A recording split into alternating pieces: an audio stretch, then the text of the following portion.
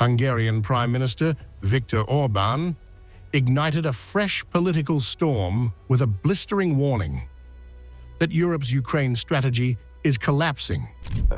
Hungary's position is crystal clear. If a country cannot even meet the basic standards, it is not ready for the EU. Saying Hungary could break up Ukraine in a day by halting gas and power supplies. Ukraine is deliberately jeopardizing Hungary's energy supplies. Orban just delivered a threat Zelensky has never faced, an EU leader openly warning that he can shut off Ukraine's lifeline with a single political move. Because beneath the polite handshakes, Hungary controls the energy flow that keeps Ukraine's cities alive, its military coordinated, and its government functioning. And while Brussels plays calm for the cameras, this confrontation exposes something far more dangerous. Europe's internal fractures are widening fast, turning its unity into a fault line ready to split under pressure. Hungary blocked EU accession talks with Ukraine. That decision came after an unofficial national referendum where more than 2 million Hungarians, about 95% of voters, rejected Kiev's bid to join the bloc. Orban didn't come to negotiate with Zelensky. He came to drop a political warhead that hits harder than any missile on the battlefield. Hungary now holds the most dangerous form of leverage in modern European politics, control over the electricity and gas routes that keep Ukraine's capital running, its military coordinated, and its institutions functioning. Kiev's grid depends heavily on Hungarian and Slovak flows, and Orban chose this moment of maximum Ukrainian vulnerability to spell it out with brutal clarity. Hungary can shut down Ukraine's energy lifeline whenever it decides the cost has been reached. Even if Ukraine were already an EU member, it would still have no right to dictate from whom we buy our energy. This is raw power, used openly and unapologetically. Orban is not hiding behind committees, subtitles, or diplomatic fog. He is speaking the language of geopolitical muscle. If Budapest reduces energy flow even slightly, Ukraine enters a stress point that hits its logistics, defense planning, and civilian life simultaneously. A full cutoff turns strategic pressure into a national emergency, the kind that rewrites battlefield outcomes faster than any Western aid package can compensate.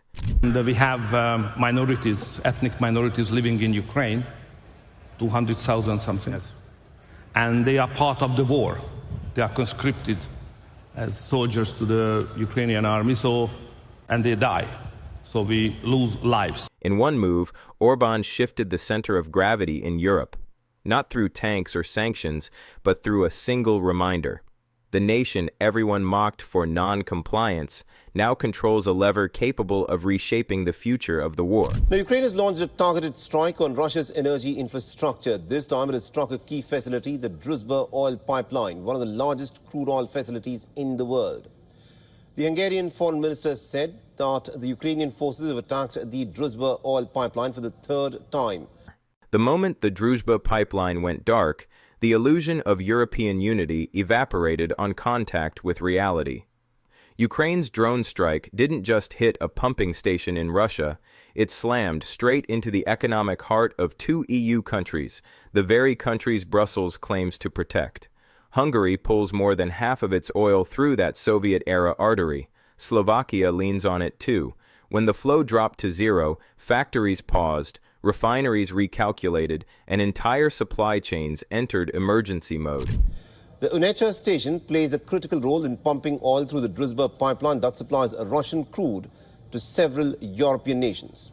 Orban watched the numbers spike across his energy dashboard and saw something far more explosive than a military operation. He saw Ukraine crossing a line no EU leader expected Kiev to approach. This wasn't a symbolic blow or a battlefield adjustment. This was a strike that rippled directly into EU territory through economic impact, an action that rewrites the diplomatic rulebook. And then came the real earthquake, Ukraine's response. Kiev didn't offer regret, caution, or acknowledgement.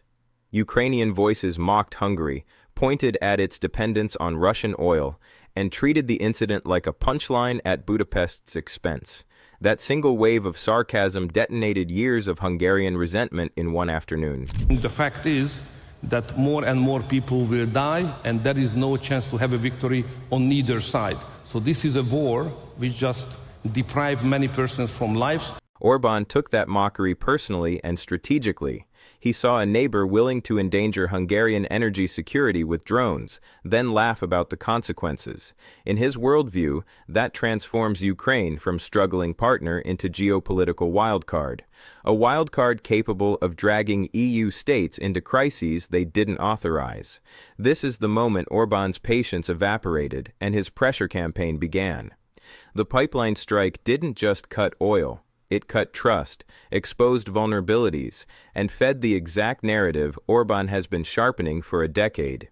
Europe's front line isn't only in Donbass. It runs through every energy corridor the EU forgot to protect. 185 billion euros in aid to Ukraine over the past years to finance a hopeless war and support the Ukrainian state.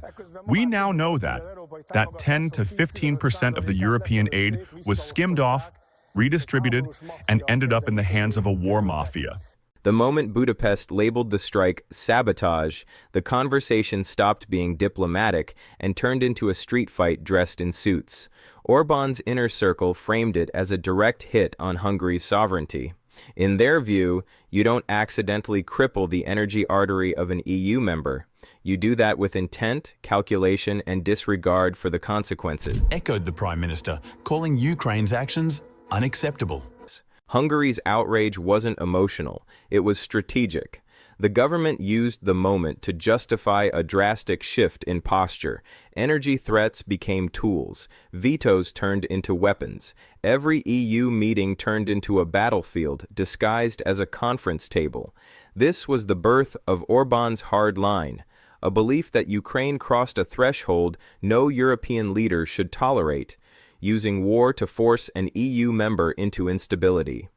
From that moment onward, Budapest operated with one mission: remind Ukraine and Brussels that Hungary may be small on the map, yet it holds levers that can shake entire regions. The most important thing for the international political community is to save lives, especially when you are convinced, as I do, that there is no chance to win this war. Hungary's outrage came from the strike hitting its most vulnerable point: oil. Over a third of Hungary's energy system depends on crude, and most of it flows through the Druzhba pipeline. When Ukraine's drones stopped that flow, Hungary's economy entered crisis within hours. The shutdown instantly disrupted manufacturing, transport, food logistics, and parts of the power grid.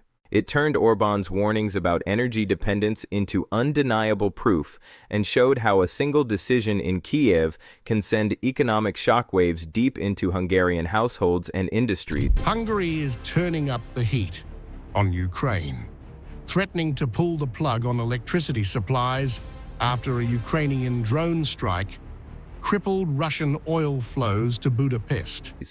Orban immediately framed the event as a hostile act with real-world fallout.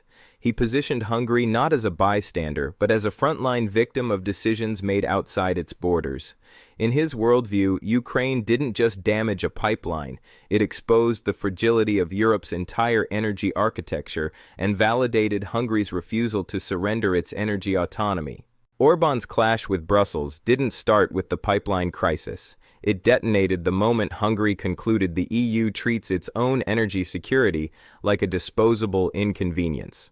For years, Brussels froze funds, issued warnings, and lectured Budapest about values while relying on Hungary's grid, pipelines, and transit routes to keep half of Eastern Europe functioning. The moment Hungary needed EU solidarity after the Druzhba shutdown, all it received was silence thick enough to hear the hypocrisy echoing through every ministry in Budapest. Ukraine has once again attacked an oil pipeline to Hungary, cutting off oil supplies to our country.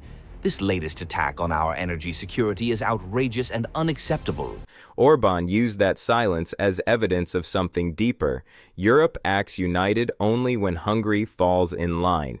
The EU punished Budapest over migration quotas, over vetoes, over rule of law disputes, over its refusal to follow the Brussels script. When Ukraine's drone strike sent economic tremors through Hungary and Slovakia, the so-called guardians of European stability vanished behind diplomatic fog. No emergency meeting, no clear warning to Kyiv, no accountability. For Orban, this confirmed the hierarchy Europe tries to hide. Some nations receive protection, others absorb the fallout. Hungary sits firmly in the second category, expected to carry shocks, stay quiet, and salute on command. Once that realization hardened, Orban flipped the chessboard. That Hungary supplies more than 40% of Ukraine's imported electricity, and warned that Budapest may rethink those exports if its own energy lifeline is threatened. He stopped playing the obedient member state and started using the tools Brussels never expected Hungary to weaponize. Vetoes turned into leverage, funding votes became bargaining chips, energy corridors became bargaining weapons. Orban built a political arsenal out of every mechanism the EU once used to pressure him, and the country labeled the Black Sheep started operating like the one player willing to challenge the entire EU framework. Not through speeches or press releases, but through the raw mechanics of power, the kind that halts aid packages, blocks Ukraine's accession track, and forces Europe to negotiate under Hungary's terms. Prime Minister Viktor Orbán underlined that point, saying Hungary could break up Ukraine in a day by halting gas and power supplies. The Druzhba shutdown exposed cracks inside the EU as Slovakia, Serbia, and segments of Austria aligned with Hungary's anger, while Brussels explored weakening veto power to contain Budapest's influence. Russia's ongoing strikes keep Ukraine under constant strain, and Hungary's pressure adds a second front that threatens Kyiv's political backing inside Europe. Hungary's long defiance of EU directives turned isolation into leverage. Tensions grow with Transcarpathian Hungarians facing school closures and language restrictions. Orban reinforces his case with transit guarantees, sanction exemptions, and claims of EU double standards. And with each escalation, one fact becomes impossible to ignore. Europe's real fracture line now runs through Budapest.